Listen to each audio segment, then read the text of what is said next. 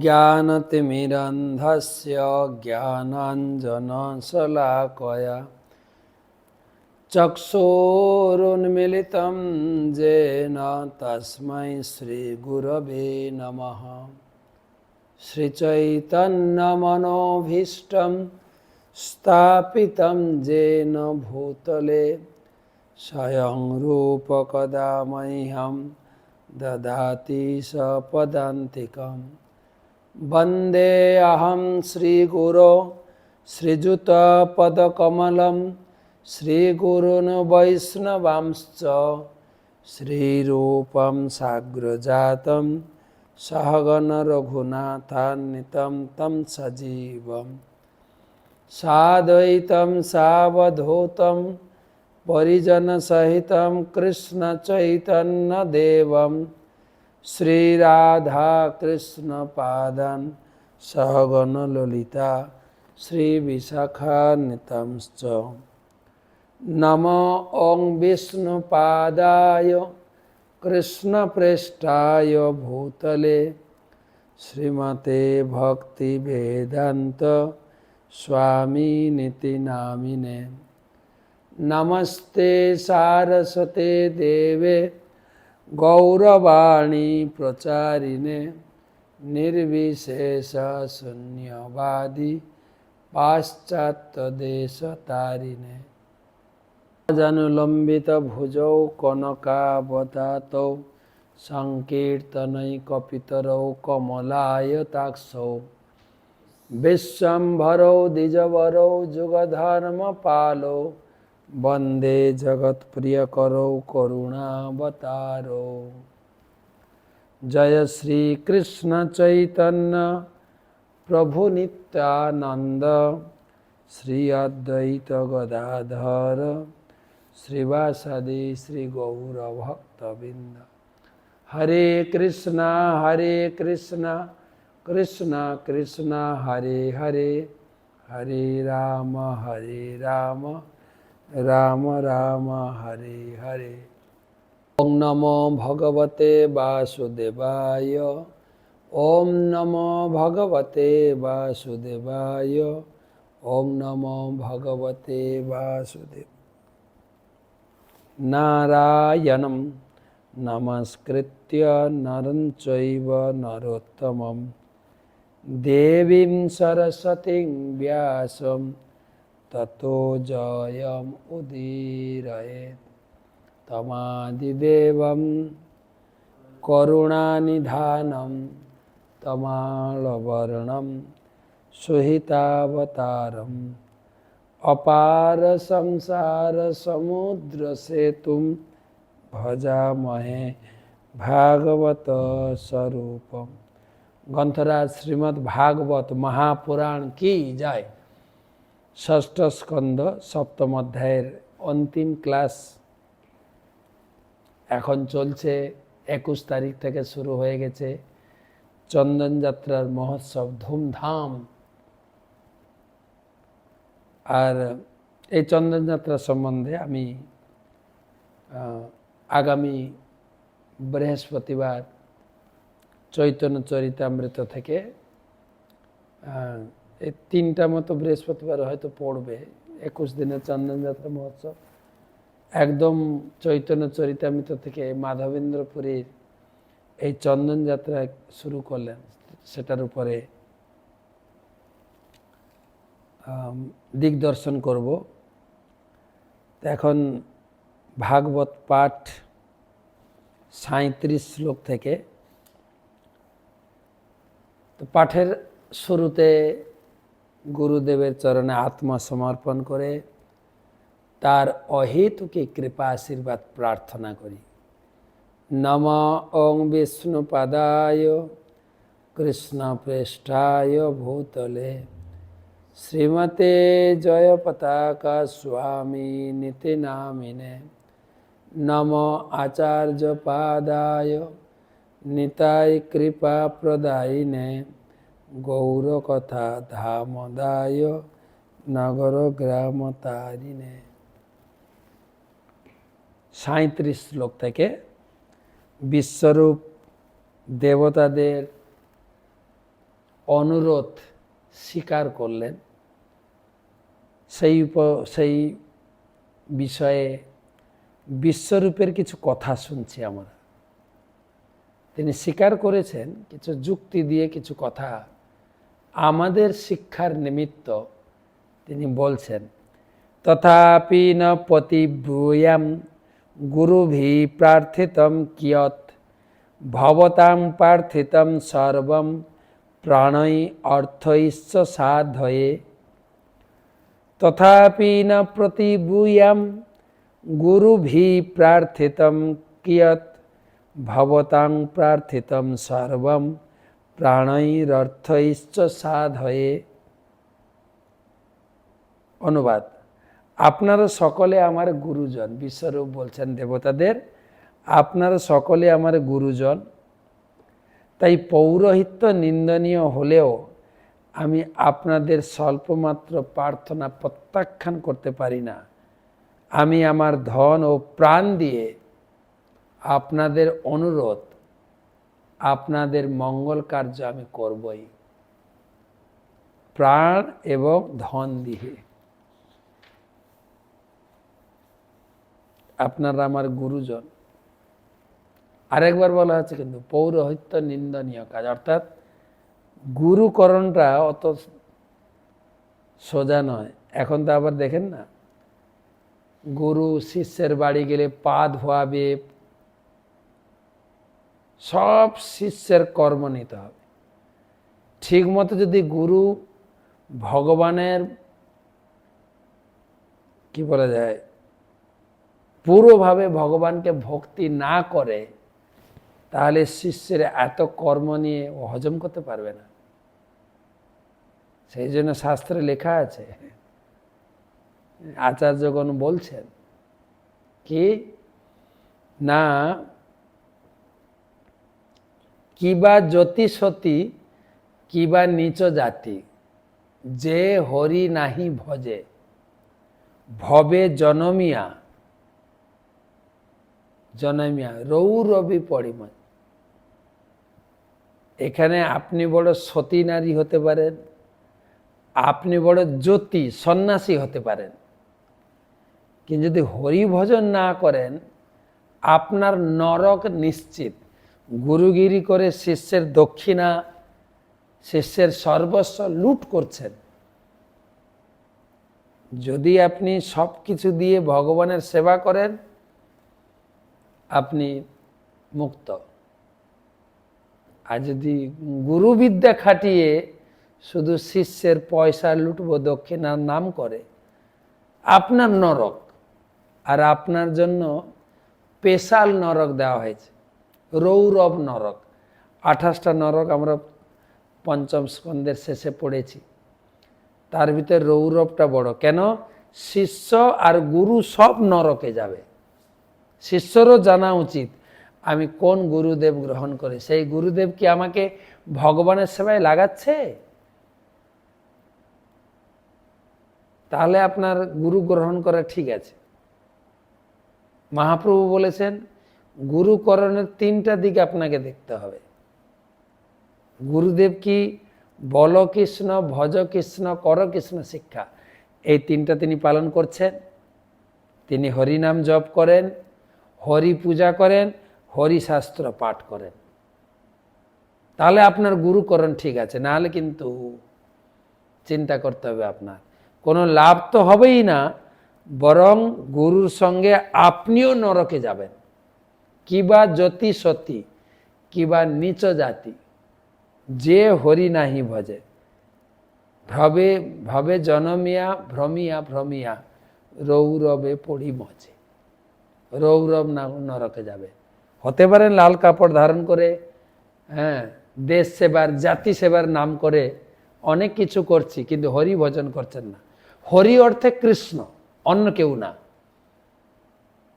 আপনি আবার বলবেন হরির ইনি হচ্ছেন অবতার, না, সেই অবতারের নাম কি ভাগবতমে আছে? আপনি সরাসরি কৃষ্ণ পূজা করুন।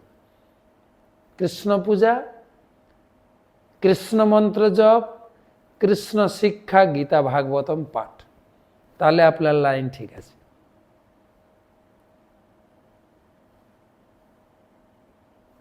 সেই কথা বিশ্বরূপ বলছে। আমি কেবল নিজের ফায়দা লুটার জন্য বা পৌরোহিত্য করে দক্ষিণা লুটে নেওয়ার জন্য আমি যজ্ঞ করব না, কেবল আপনাদের আদেশ নির্দেশকে হৃদয়ে ধারণ করে আমার মঙ্গলের জন্য আমি আমার ধন দিয়ে প্রাণ দিয়ে যজ্ঞ করব। ধন ইনকাম না, বিশ্বরূপ বলছেন আমার যা ধন আছে সেইটা দিয়ে আপনাদের যজ্ঞ করে দেব।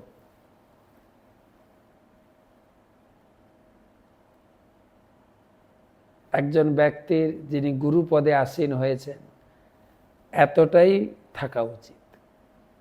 পরের শ্লোকে বলছেন, শ্রী বেদরায়ণের উবাচ তেভ্য এবং প্রতিশ্রুত্য বিশ্বরূপ মহাতপঃ পৌরহিত্যং বিতশ্চক্রে পরমেণ সমাধিনা। শ্রী বেদরায়ণের উবাচ তেভ্য এবং প্রতিশ্রুত্য বিশ্বরূপ মহাতপঃ পৌরহিত্য বিতশ্চক্রে পরমেণ সমাধিনা।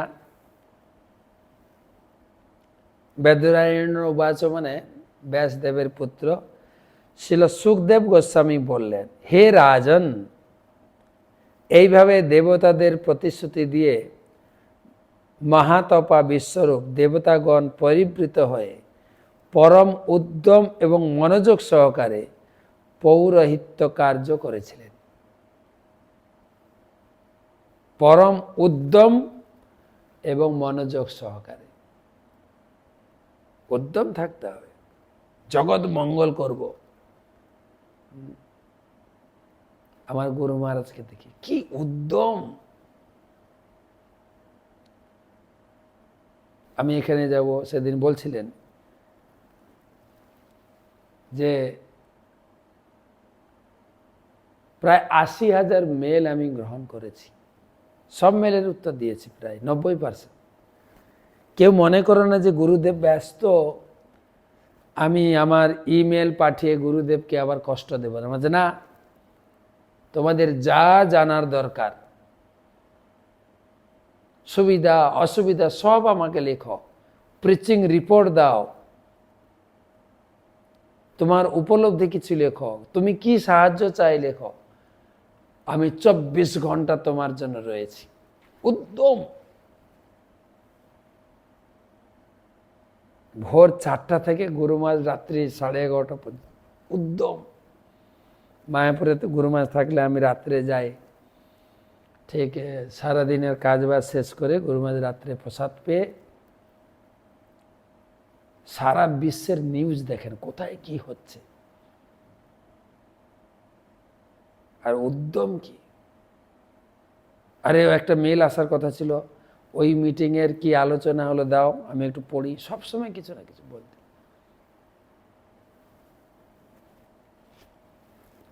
উদ্যম, এখানে উদ্যম। এবং উপদেশামৃত গ্রন্থে রূপ গোস্বামীও বলেছেন, ভক্তি করতে গেলে ৬টা গুণ লাগবে। তার ভিতরে 3টা প্রধান: উৎসাহ, নিশ্চয়াত, ধৈর্যাত। ভক্তি করতে গেলে বা যে কোনো কাজ করতে যান, আপনি বিজনেস করতে যাবেন, চাকরি পাওয়ার জন্য চেষ্টা করবেন, উদ্যম লাগবে। পড়াশোনা করা, ডিগ্রি করা, কোথায় কি পরীক্ষার নোটিশ বেরোচ্ছে, পরীক্ষায় অংশগ্রহণ করা, উদ্যম। উদ্যমেন ন সিদ্ধন্তি প্রবিশন্তি মুখে মৃগাঃ। এমনকি চাণক্য পণ্ডিত বলছেন, বনের রাজা বাঘও তাকে উদ্যম নিয়ে শিকার করে তবে খেতে হয়। বসে থাকলে তার মুখে খাবার জুটে যায় না। তো বিশ্বরূপ মুখে তো বলে দিলেন, আমি আপনাদের পৌরোহিত্য কার্য গ্রহণ করলাম, কিন্তু প্রবল উদ্যম নিয়ে খুব নিশ্চিতভাবে মনোযোগ সহকারে সেই পৌরোহিত্য কার্য সম্পাদন করেছিলেন। কি করেছিলেন? সুর দিশাম শ্রিয় গুপ্তামৌ সনশ্চাপি বিদ্যয়া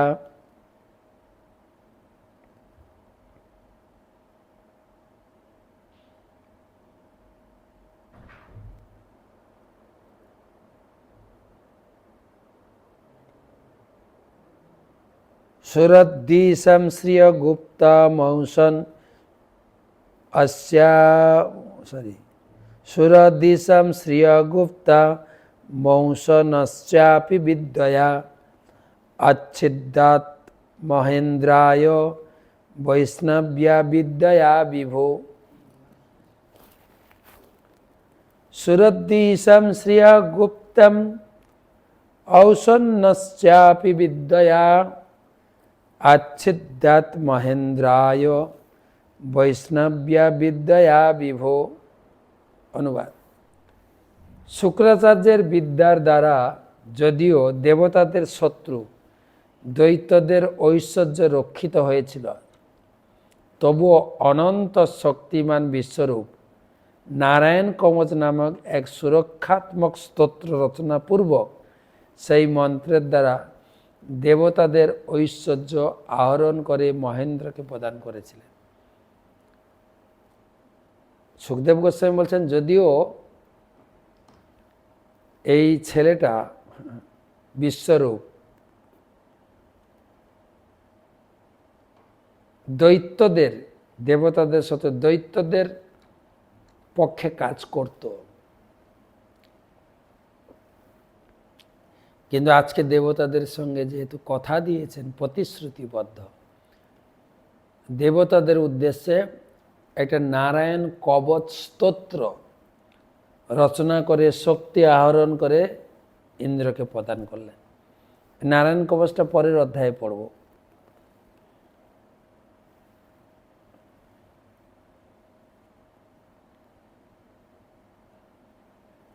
তো প্রভুপাদ তাৎপর্যে লিখছেন,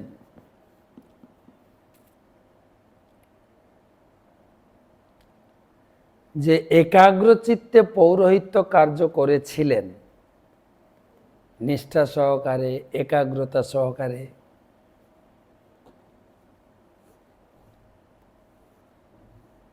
তিনি জাগতিক লাভের জন্য করেননি, কেবল দেবতাদের মঙ্গল সাধনের জন্য। এটাই হচ্ছে পুরোহিতের কর্তব্য। পুরো মানে পরিবার, হিত মানে মঙ্গল। পরিবারের মঙ্গলের জন্য পুরোহিত কাজ করেন, সেই জন্য তার নাম পুরোহিত। পুরো মানে নগর, পুরো মানে পরিবার, পরিবারের হিতের জন্য, মঙ্গলের জন্য যা করা হয় সেটাকে বলে পৌরোহিত। পুরোহিত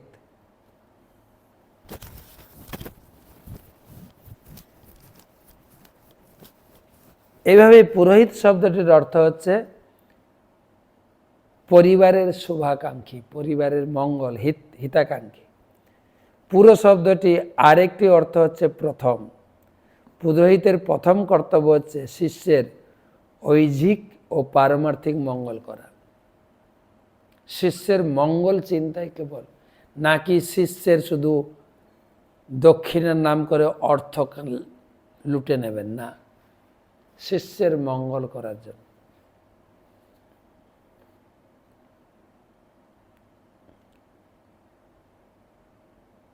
নিজের স্বার্থ সিদ্ধির জন্য বৈদিক অনুষ্ঠান করা পুরোহিতের কর্তব্য নয়।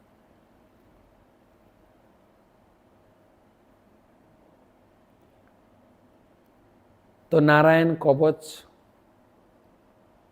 স্তোত্র আমরা পরের অধ্যায়ে পড়ব। জয়া গুপ্ত সহস্রাক্ষ জিজ্ঞ সুরমর্চুভি জিজ্ঞ সুরচমুর্বিভু তাং প্রাহ স মহেন্দ্রায় বিশ্বরূপ উদারধি। জয়া গুপ্ত সহস্রাক্ষ জিজ্ঞাহ সুরচর্মুর জিজ্ঞাসহ জিজ্ঞাহ সুর চমুর বিভু তাং প্রায় স মহেন্দ্রায় বিশ্বরূপ উদারধি। অত্যন্ত উদারমতি বিশ্বরূপ, সহস্রাক্ষ, সারা গায়ে চক্ষু, অক্ষি, সহস্রাক্ষ, যে গুজ্জ মন্ত্র দান করেছিলেন, ইন্দ্রকে যে গুজ্জ মন্ত্র দান করেছিলেন তা ইন্দ্রকে রক্ষা করেছিল এবং দৈত্য সৈন্যদেরকে হারিয়েছিল। কি এমন মন্ত্র দিলেন, কি এমন শক্তি প্রদান করলেন, পরের অধ্যায়ে আলোচনা হবে নারায়ণ কবচটা কি জিনিস। কিন্তু মোটামুটি বিশ্বরূপ তার কর্তব্য তিনি পালন করেছেন, দেবতাদের মঙ্গল সাধন করেছেন। তার পৌরোহিত্যের আসল উদ্দেশ্য তিনি হাসিল করেছেন, ব্রাহ্মণত্বের কাজ তিনি করেছেন পরের মঙ্গলের জন্য। পৌরোহিত্য মানে পরিবারের মঙ্গলের জন্য, সারা স্বর্গলোকের মঙ্গলের জন্য তিনি সেই কাজ করেছেন। তো নারায়ণ কবচটা আমরা কালকে পড়ব। আজকেও কয়েকটা প্রশ্ন আছে, প্রশ্নটা নিয়ে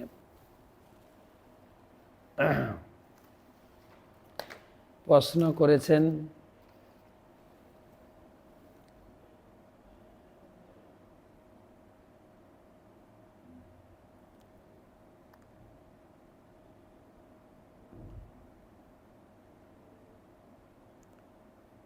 প্রশ্ন পাঠিয়েছেন,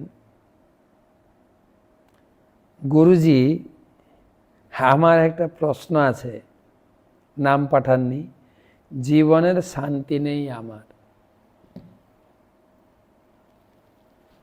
শান্তির খোঁজের জন্য ভগবান একটা দিক দর্শন করেছেন। ভগবান বলছেন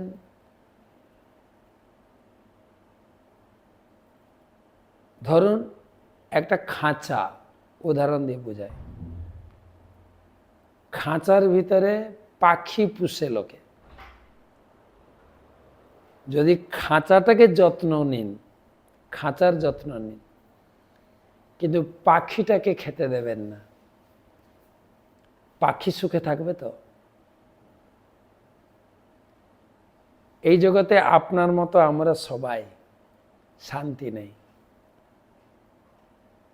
কেন না? আমরা আমাদের যে আত্মা তার কথা চিন্তা করছি না, কেবল শারীরিক চিন্তা করছি। আর শরীরটাকে ভরণ পোষণের জন্য যত প্রকার কাজ করছি, তাতে পাখি কি করে সুখে থাকবে? তাই ভগবান বললেন নাস্তি বুদ্ধি অযুক্তস্য ন চ যুক্তস্য ভাবনা ন চ ভবয়ত শান্তি অশান্তস্য কুত সুখম। যদি কেউ তার জীবনকে ভগবানের সঙ্গে না জুড়তে পারে, সে শান্তি পাবে না, তার জীবন অশান্তিতে ভরা। শান্তি তখনই হবে ভোক্তারম যোগ্যত তপসাম সর্বলোক ও মহেশ্বরম সুহৃদম সর্বভূতানাম জ্ঞাত্যা মাম শান্তির মিচ্ছতি। শান্তি লাভ করতে গেলে আপনাকে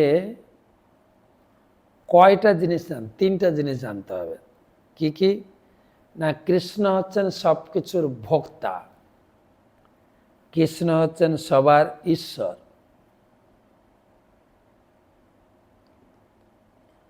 এবং কৃষ্ণ হচ্ছেন সকলের সুহৃদ, তিনি সকলের মঙ্গলকামী। আপনি আপনার জীবনকে ভগবানের সঙ্গে জুড়ুন। আমরা ছোটবেলা থেকে পড়েছি, কিন্তু ভগবান যা করেন মঙ্গলের জন্য, তাই ভগবানকে যদি নিজের জীবনে গ্রহণ করেন তাহলে শান্তি আপনি পাবেন। দুর্যোধনের অনেক কিছু ছিল, রাজ্য, প্রাসাদ, লোকবল, জনবল, ধনবল সব ছিল, শান্তি ছিল না। সব সময় দুশ্চিন্তায় ভরা, কি করে পাণ্ডবদেরকে আমি কষ্ট দেব, দুঃখ দেব, সব সময় কূটনীতির চিন্তা। সম্পদ ছিল, আর পঞ্চপাণ্ডবের কিছু ছিল না, কৃষ্ণ ছিল। জঙ্গলে গেছেন, কয়েকদিন আগে অক্ষয় পাত্র কথা শোনাচ্ছিলাম, অক্ষয় তৃতীয়াতে। তাদের বনবাসে পাশা খেলে হারিয়ে শকুনি, দুর্যোধন তাদেরকে বনবাসে পাঠিয়ে দিলেন। বনবাসেও তারা সুখে ছিলেন, খুব সুখে ছিলেন বনবাসে। আর এতটাই সুখে ছিলেন, দুর্যোধনের দুঃখের সময়ও তারা গিয়ে সাহায্য করেছিল। ওদেরকে বনবাসে পাঠিয়েও তাতে দুর্যোধন শান্তিতে ছিল না। কি করলো না, তারা যে বনে আছে সেই বনের পাশে সব কৌরবরা গিয়ে তাদের স্ত্রী, তার ভাইরা পিকনিক করতে শুরু করেছে। তাদের দেখিয়ে দেখিয়ে আমরা কতটা মজায় আছি তুমি দেখে পস্তাও। আর পিকনিক করতে গিয়ে একটু ড্রিঙ্কও করেছেন, আর পাগলামি করে কুবেরের বাগান তছনছ করতে শুরু করেছে। কুবেরের লোক এসে তাকে অ্যারেস্ট করেছে। যখন যুধিষ্ঠির মহারাজ শুনলেন, তখন অর্জুনকে পাঠালেন, তুমি যাও, কার এত সাহস আমার ভাইকে বন্দি করবে? দুর্যোধনকে বন্দি করছে, ছাড়াও। অর্জুন বলছেন, ভাইয়া আমাদের যেতে? বলছে, হ্যাঁ, ও আমার শত্রু। কে বললো শত্রু? ও আমার ভাই, নিজের ভাই। যাও, তাকে বন্ধন মুক্ত করো। আমি জাস্ট বুঝাতে চাইছি, দুর্যোধনের এত কিছু ছিল, লোকবল, ধনবল, বুদ্ধিবল সব ছিল, তথাপি তিনি শান্তিতে ছিলেন না। টাকা পয়সা, ধন সম্পত্তি মানুষকে শান্তি দিতে পারে না। আমাদের মায়াপুরে একজন লেবার ছিল, আলম ভাই, সবাই ভালোবাসে, আর লোকটা খুব খুব খাটে। তো একদিন একজন প্রভু বলছেন, কি আলম ভাই কেমন আছো? বলছে, প্রভু আগের মতো ভালো নেই। বলছে, কেন? বলছে, কি প্রভু কি বলবো, তখন তো আপনাদের এখানে খাটতাম, দিন মজুরি যা পেতাম খেতাম, তাতেই সুখে দিন কাটত। এখন আমার প্রচুর টাকা, বিশাল একটা বিল্ডিং করেছি, কয়েক কোটি টাকার বিল্ডিং, চিন্তায় রাত্রে ঘুম হয় না, ঘুমাতে পারি না, অনেক দুশ্চিন্তা। কি বলবো আপনাদের? তা আপনাকে যা দৃষ্টান্ত দিলাম, টাকা পয়সা জীবনে আসবে, চলে যাবে। টাকা পয়সাতে যথেষ্ট সুখ হয় না। সুখ শান্তি আসবে যদি আপনি সাধু সঙ্গ করেন, সৎ পথে থাকেন। বাইরে হয়তো মনে হবে আপনি গরিব, যুধিষ্ঠির মহারাজ বাইরে জানতে ওর কিছুই নাই, ভিখারি, বনে বাদালে ঘুরে বেড়ায়, মনে সুন্দর শান্তি, স্থির শান্তিতে ছিলেন, কোনো তার জীবনে দুঃখ ছিল না। বরং যখন যুদ্ধে পঞ্চপাণ্ডব জিতে গেলেন, ভগবান যখন বললেন ঠিক আছে তুমি রাজা হও, তখন দুঃখ করছিলেন যুধিষ্ঠির। দুঃখ কিসের? হায় হায়, এই আমার একটু রাজ্য লোভের জন্য রাজগদিতে বসবো, এই একটু তুচ্ছ চিন্তায় কোটি কোটি লোক মারা গেল। কত লক্ষ লক্ষ মাতার কোলকে আমি খালি করে দিলাম, কত মহিলাকে আমি বিধবা করে দিলাম, কত সৈন্য মেরেছি, আমাকে দেখ। তখন খুব খেদ করছিলেন, তাছাড়া দেখা যায় না যে তিনি দুঃখে আছেন। কৃষ্ণকে সঙ্গে রাখুন, সুখে থাকুন। ভক্তিবিনোদ ঠাকুর এবং আমার গুরু মহারাজ ভক্তিবিনোদ ঠাকুরের এই গানটা খুব পছন্দ করতেন। কৃষ্ণ বলো সঙ্গে চলো, এই মাত্র ভিক্ষা চাই। রাধা কৃষ্ণ বলো বলো, বলো রে সবাই। যায় সকল বিপদ, ভক্তি বিনোদ যখন ও নাম গায়। হরিনাম করার সাথে সাথে আপনার জীবনে একটা শান্তি আসবে। প্রভুপাদ সারা বিশ্বে এটা দেখিয়েছে। আমেরিকায় গিয়ে বললেন, অস্ট্রেলিয়া গিয়ে বললেন, তোমাদের কত ভোগের ঐশ্বর্য রয়েছে, সুখে শান্তিতে নেই কেন তোমরা? আসলে ভোগ সম্পত্তি জীবনকে সুখ দেয় না। গীতাতে তো যে শ্লোকটা পড়লাম